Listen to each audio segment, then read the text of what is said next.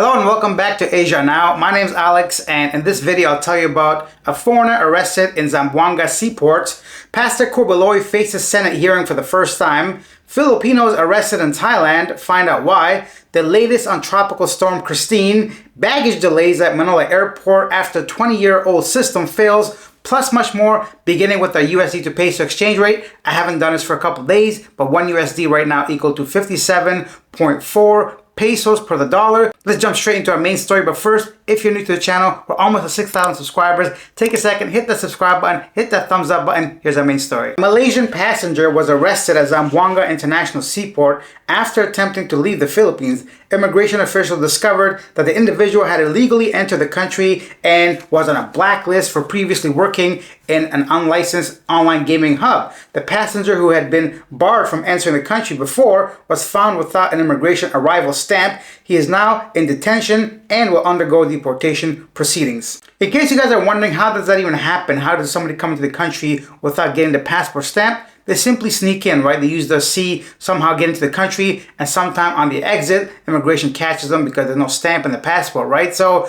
that's what happened in this case. I'm glad that one more person illegally in the country was caught. Next up, 2 South Korean nationals were arrested in the Philippines by the Bureau of Immigration for crimes in their home countries. One individual was wanted for operating an illegal gambling website targeting Korean customers, while the other was involved in illegal drug trading and had an arrest warrant for narcotics violations. Both individuals have had their passports revoked and are considered undocumented aliens, and they're currently detained before being deported. This is something that's I never had any idea about before coming to the Philippines. So much online gaming and gambling, and people committing so many crimes. Of course, like, cybercrime is huge around the world, but I'm just surprised so many of them are like through online gaming or gambling. Staying with foreigners committing crimes abroad, this time it's some Filipinos.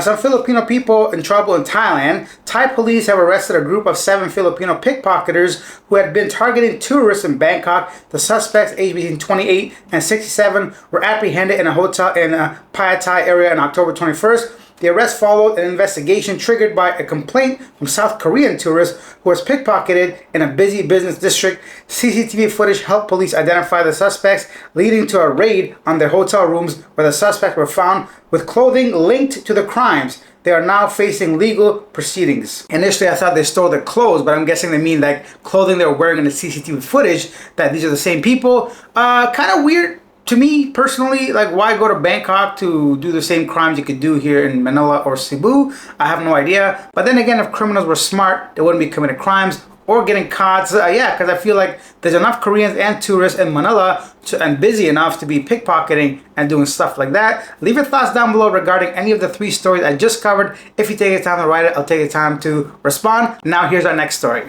Speaking of Filipinos and Manila, the operator of Ninoy Aquino International Airport, NAIA, the new NAIA Infracorp NNIC, is working with the airlines, particularly Cebu Pacific, to address a malfunction in Terminal 3's baggage handling system that has caused delays in processing checked-in luggage since October 18th. To mitigate the issue, additional staff and alternative systems have been deployed. Cebu Pacific is offering passengers options for baggage delivery or pickup, and AirAsia has also increased personnel to manage the situation. NNIC emphasized the need to upgrade the airport's aging infrastructure and is planning to replace the 20-year-old baggage system soon. Passengers are advised to contact Cebu Pacific for baggage concerns.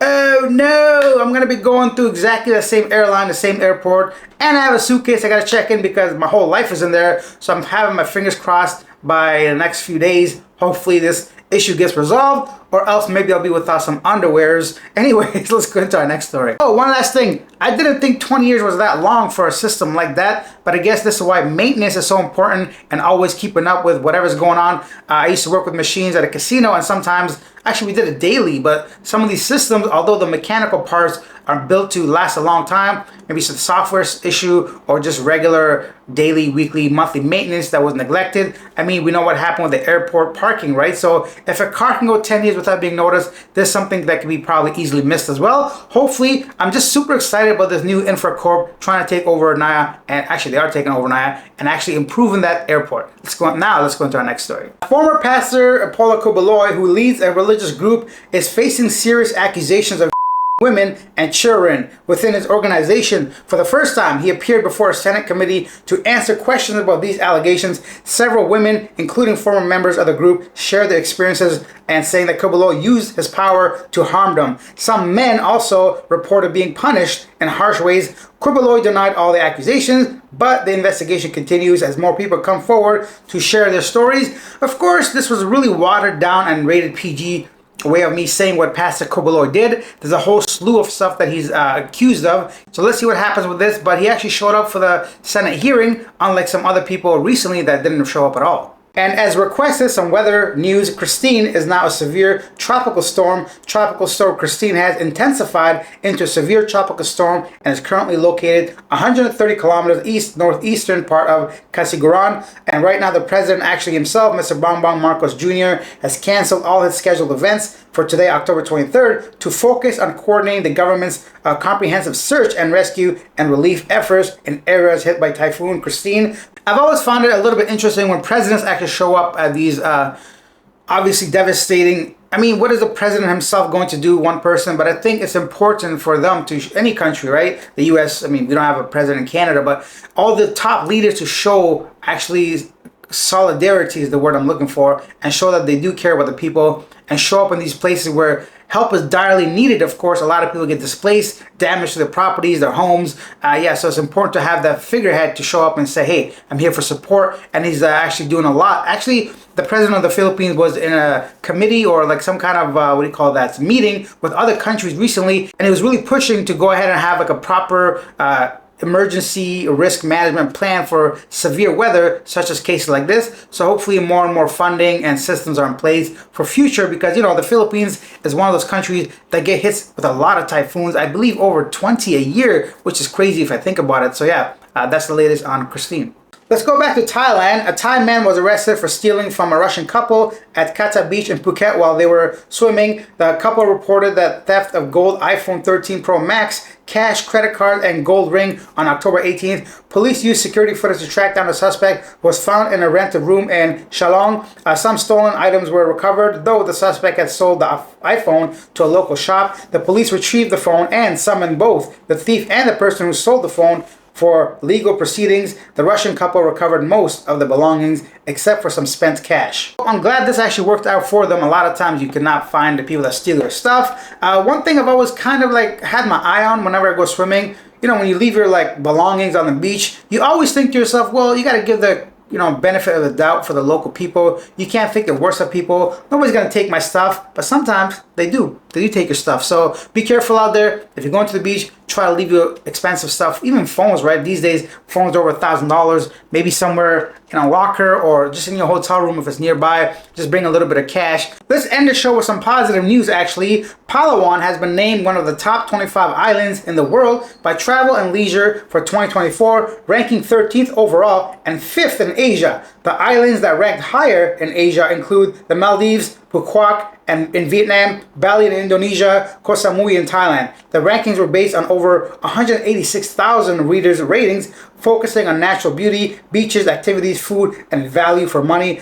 Palawan is also in the running for next year's World Best Awards alongside other Philippines destinations like Boracay, Mactan, and Panglao. Fantastic. You know, Palawan's a beautiful place. I was there a few years back. The waters are pristine, turquoise, blue-green. I don't even know what color it is. I can see actual fish from the boat just looking down. A gorgeous place if you never visited. Getting to some of the beaches can be a pain in the butt. That van ride is super long, but I promise you, it's definitely worth it. Now it's time for a segment called Yesterday Today, where I read some of the most popular comments regarding our video yesterday. Before reading the top comments, I want to thank everybody for actually commenting and engaging. Lately, it's been a lot of you guys, and I really appreciate that. Mark Scotty says, I have lived in the Philippines for 10 years. A lot of blame goes to marketing the Philippines as a place where old men can have young women. Don't be delusional. There's always two sides to every story. Separated women are still married, and jealous husbands and ex-boyfriends can take care of you. Protective fathers can also do that to you. You can also go to prison for being intimate with a separate woman. Adultery is a felony crime in the Philippines.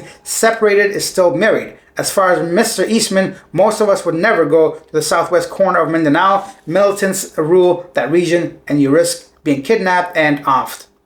Dan says Philippines needed a news channel like this. With so many expats and foreigners in the Philippines, I see a lot of Filipinos also watch this channel from the comment section. The occasional opinion is also welcome. I had stopped watching these Philippine channels after I figured I couldn't move there because of health issues. I feel bad as I would like to be in the Philippines because of all these issues with typhoons and earthquakes and kidnappings. The people made the Philippines one of the best countries in Asia with most friendly people who also speak English. So here I am. I feel sorry for Elliot Eastman. He knew he was in danger. He could have trusted his instincts. I think his last video he talked about the money he invested, and for a guy like him it was a lot of money. But he should have walked away, as nothing is more valuable than life. He could have made up that money later in life and more. He looked terrified and he was right. Sure, he made big errors in judgment, but he didn't deserve to lose his life over it. Sad. R.I.P. First of all, thank you, and I do agree with that, everything you just mentioned. I just want to also point out that the Philippines has everything you said 100%. It's correct. Typhoons, some dangerous areas, but I don't think it's any different than a lot of countries, to be honest. Like, I don't want to sugarcoat what happened to Mr. Elliot if he is indeed no longer with us. But like you said yourself, there was a lot of signs where he could have taken maybe a little bit more precaution, right? So I feel like if you want to still visit the Philippines, I'm not going to tell you what to do, but like just like anywhere else, practice just being safe. Don't get involved in things you really shouldn't be. I don't know, because I've been there for like, I say 6 years on and off. And honestly, because I live maybe somewhere more central and Cebu is obviously very popular, maybe a bit more organized. So I just personally don't feel any of that. Not to take away anything from what you said or other people that say it's dangerous there. It definitely is. But like if you look at it statistically speaking, there's a lot worse places, of course, right? So I don't know how to tell you how to feel. I don't know how to feel myself because I don't have first experience with those southern regions, so I can't really say. And I'm not going to sit here and tell you it's 100% safe because nowhere is. But I'm not going to tell you, oh, do not do this or do not do that. So it's really hard for me to kind of give my opinion, especially not being in that place. But I do want to thank you for supporting the channel. And if you guys want to support the channel, take a second out of your day, hit that subscribe button, hit that like button. I'm trying to get to 10,000 subscribers by the end of the year. Maybe I can do it, maybe I can. Either way, I'm going to be happy. I'll see you guys. I'm probably going to go watch a movie in the theater, a scary one. I'll tell you guys how that goes tomorrow if you check in. Bye.